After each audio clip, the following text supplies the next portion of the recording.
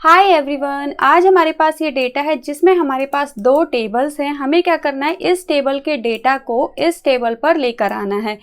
But यहाँ पर क्या है कि जो प्रोडक्ट कोड दिया गया है वो सभी सेल्स में प्रेजेंट नहीं है, बट हमें जो सेल्स अमाउंट है वो सभी सेल्स में लेकर आना है। तो इसको हम कैसे सॉल्व करेंगे, चलिए देख लेते हैं। सबसे पहले यहाँ पर क्या है कि कहीं पर प्रोडक्ट कोड दिया हुआ है और किसी सेल में नहीं दिया हुआ है।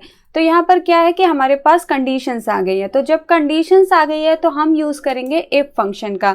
तो यहाँ पर हम इफ लिखेंगे, ब्रैकेट करेंगे ओपन।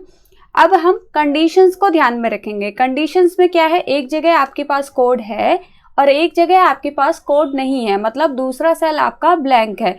तो हम इसके अंदर फंक्शन यूज करेंगे इस ब्लैंक का, जो क्या करेगा, आपके दिए गए सेल को चेक करेगा कि वो ब्लैंक है या नहीं है। तो इसके अंदर हम इस वैल्यू को दे देते हैं, हम ब्रैकेट क्लोज करके कॉमा करते हैं।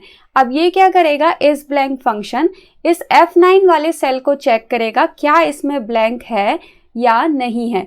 अगर ब्लैंक होता है तो हमें क्या करना है, अपने से ऊपर वाली वैल्यू पिक करनी है। कई लोगों का ये क्वेश्चन था कि हम ऊपर वाली वैल्यू क्यों पिक कर रहे हैं, इसको भी अभी डिटेल में समझेंगे। उसके बाद हम कॉमा दे देते हैं। तो वैल्यू इफ फॉल्स में हमें क्या करना है, मतलब अगर आपको यहाँ पे ब्लैंक नहीं मिलता है तो आपको क्या करना है, तब तो आपको यहाँ से वैल्यू लेकर आनी है, क्योंकि कोड मिल गया है तो आप सीधा सेल्स अमाउंट पिक कीजिए। तो पिक करने का काम कौन करता है, वी लुकअप। तो यहाँ पर हम यूज करेंगे वी लुकअप फंक्शन का। लुकअप वैल्यू यही होगी, कॉमा टेबल एरे ये होगा, और टेबल एरे को F4 से फिक्स कर देंगे, क्योंकि हम ड्रैग करेंगे तो आपका टेबल एरे फिक्स रहना चाहिए। उसके बाद कॉमा देंगे, column index number 2 comma false exact match के लिए ब्रैकेट क्लोज करेंगे, और अब आप अपने इफ वाला भी क्लोज कर देंगे, देन एंटर कर देंगे। तो यहाँ पर क्या हुआ है कि आपका सेल्स अमाउंट आ गया है, क्योंकि आपकी प्रोडक्ट कोड यहाँ पर था। अब इसको हम ड्रैग कर लेंगे नीचे तक, तो आपके सभी में डेटा आ जाएगा। अब जो आपका मेन क्वेश्चन था उसको समझ लेते हैं। सबसे पहले यहाँ पर आते हैं, F2 करते हैं। तो यहाँ पर हुआ क्या है, सबसे पहले उसने क्या किया है, इस ब्लैंक वाला फंक्शन काम किया है, जहां पर उसने F9 को चेक किया है कि वो ब्लैंक है या नहीं है।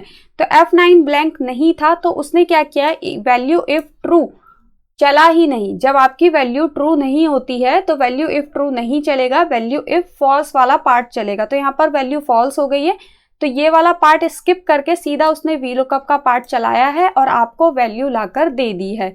अब सेकंड वाले पे देखते हैं। तो सेकंड वाले में क्या हुआ है, उसने चेक किया है कि पहले F9 था, लेकिन जैसे ही हमने ड्रैग किया तो वह F10 बन चुका है, मतलब ये वाला सेल है। अब F10 में उसने चेक किया है कि वैल्यू है या नहीं है, तो वैल्यू नहीं मिली, मतलब वैल्यू इफ ट्रू वाला पार्ट चलेगा। अगर वैल्यू नहीं मिली है तो हमने क्या बोला था, अपने से ऊपर वाली वैल्यू को पिक करना है। ऊपर वाली वैल्यू इसीलिए पिक कराई थी क्योंकि ऊपर आपको एक्चुअल वैल्यू मिलेगी वी लुकअप से।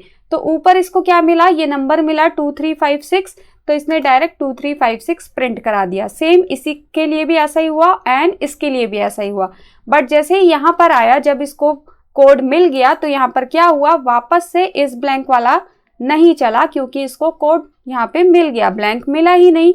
तो ये वाला पार्ट स्किप करके इसने सीधा वी लुकअप चलाया और आपको वैल्यू लाके दे दी, एंड बाकी सब तो एक साथ ही चलेंगे। आई होप अब आपको क्लियर हुआ होगा कि हमने ऊपर वाली वैल्यू क्यों पिक की थी। कोई और डाउट है तो मुझे कमेंट करके ज़रूर बताइएगा। वीडियो पसंद आई हो तो प्लीज़ लाइक शेयर सब्सक्राइब ज़रूर कीजिएगा। Thank you so much, bye bye.